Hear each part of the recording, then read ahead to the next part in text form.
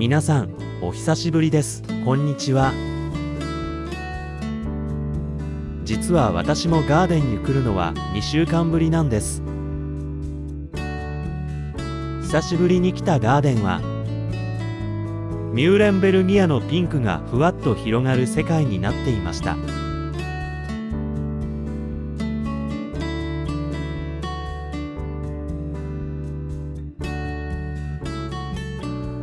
足元には玉すだれがあちこち清楚な花を咲かせます。凍っていてもいつの間にか花も咲いて、秋の訪れを感じさせてくれます。真夏からずっと咲き続けるトレニアもまだまだ頑張って咲いていますよ。こぼれ種放置していた千日紅もどんどん大きく成長中。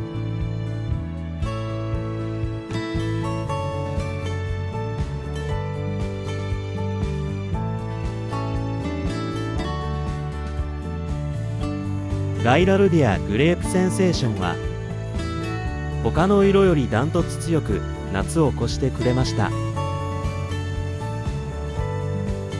去年は夏越しした黄色のパイナップルの方は残念ながら今年の夏に消えてしまいました。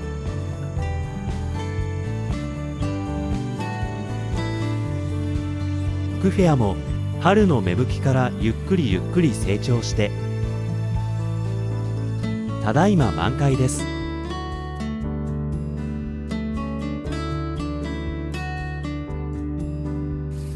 今までに3年クフェアのこぼれ種子は見たことなかったのに、今年はあちこち自然に芽を出し、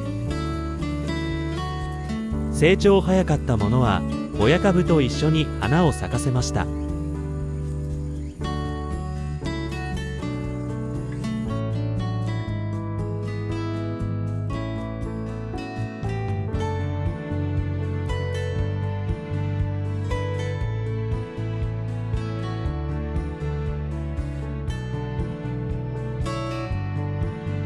まだ昼間は30度超えの日が多く10月なのにと驚きますが、もう先月までのような熱風は吹かず風が気持ちよいです。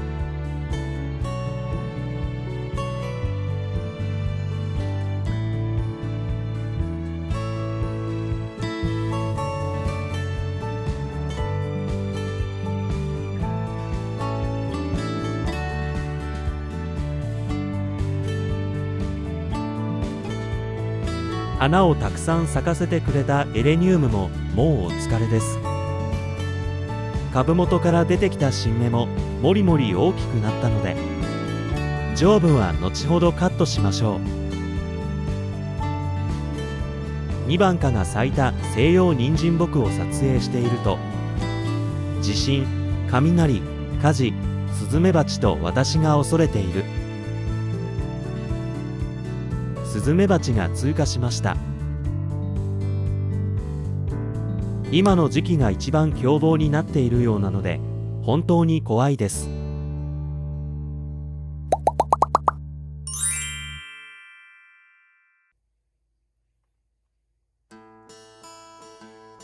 夏の間手入れできなかったところは当選簿になったり、ジャングルになったり大変です。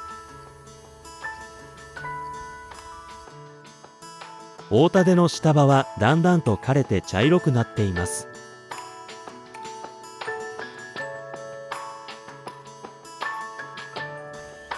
ケイトウ畑のケイトウはまだまだこの季節を楽しみます。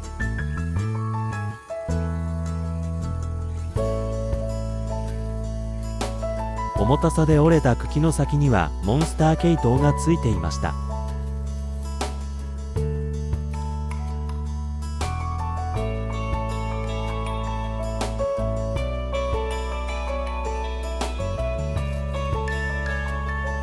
三連アーチの中をかき分けながら進むと、足の踏み場を奪っているのは紫ルーシャン。毎年こぼれ種放置、暴走させてしまい学習しない私たちです。その横を見上げると、ケイトウとキバナコスモスの壁。8月にしなしな苗を移植した時にはこんなだったのに、約2ヶ月でどんどん成長しましたよ。こちら側にはなかなか手が回らず、ほぼ無法地帯となっているのですが、アメジストセージがきれいに咲いていました。もう少しここにも足を運びやすいように、秋と春にいろいろ模様替えを計画中です。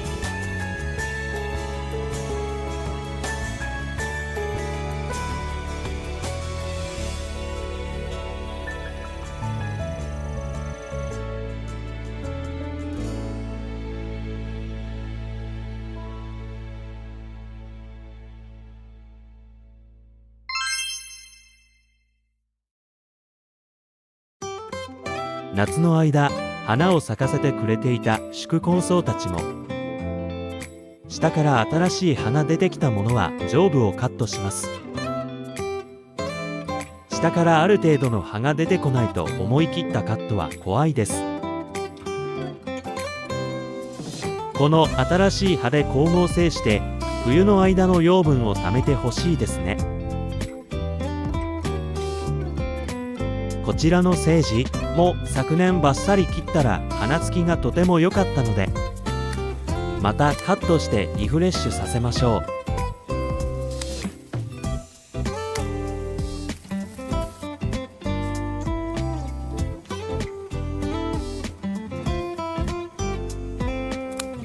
エレニウムもカット、カット、カット。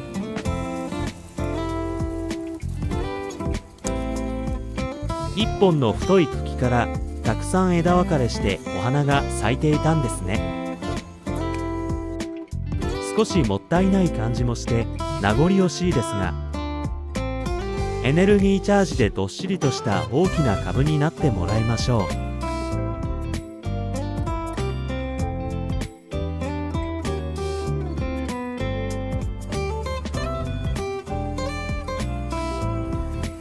カンナの花柄もカット。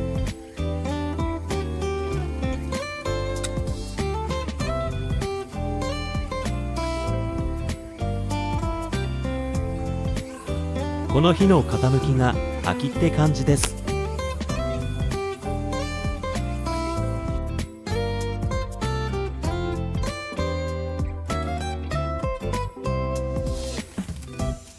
クリスマスローズは10月のお手入れが大切なようなので、古い葉をカットしたり、1株に3粒ずつの肥料を置いたりしました。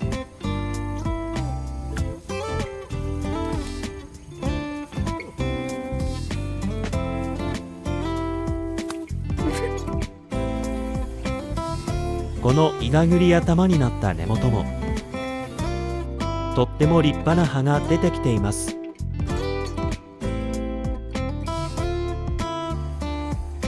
中途半端な枯れ姿と黒テープが見苦しいモナルダやラベンダーセージは根元からまだ葉も出ていないので、カットが思い切れず上部が枯れるまでしばらくこのままになりそうです。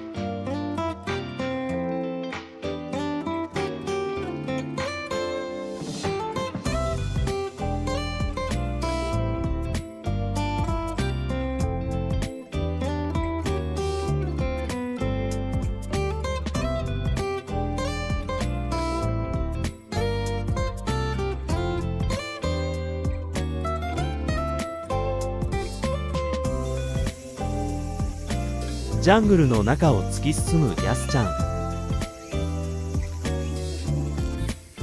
今年最後であろうゴーヤの収穫です。今年は本当にゴーヤが豊作の年でした。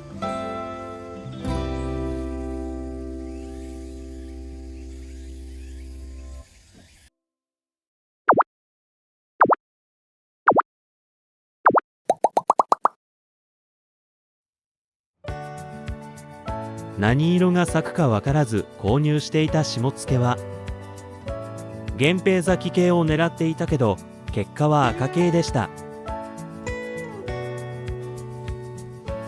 これからのガーデンは移植や種まき、球根植え付けなど次々とやりたいことが頭に浮かびます。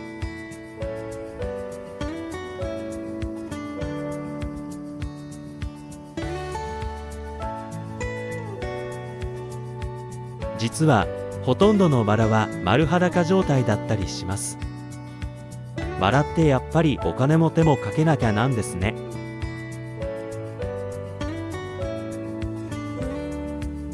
今月10月で荒地開拓から丸4年が経ちます。荒地からビニールテープで区切った花壇になり、草花を増やし、さまざまなものを DIY し、5年目に突入です。たまに昔の動画を見ると、とても懐かしい気持ちになります。ズボラで適当でワイルドなガーデンですが、また覗きに来ていただけると嬉しいです。本日も最後までご視聴ありがとうございました。また次の動画でお会いしましょう。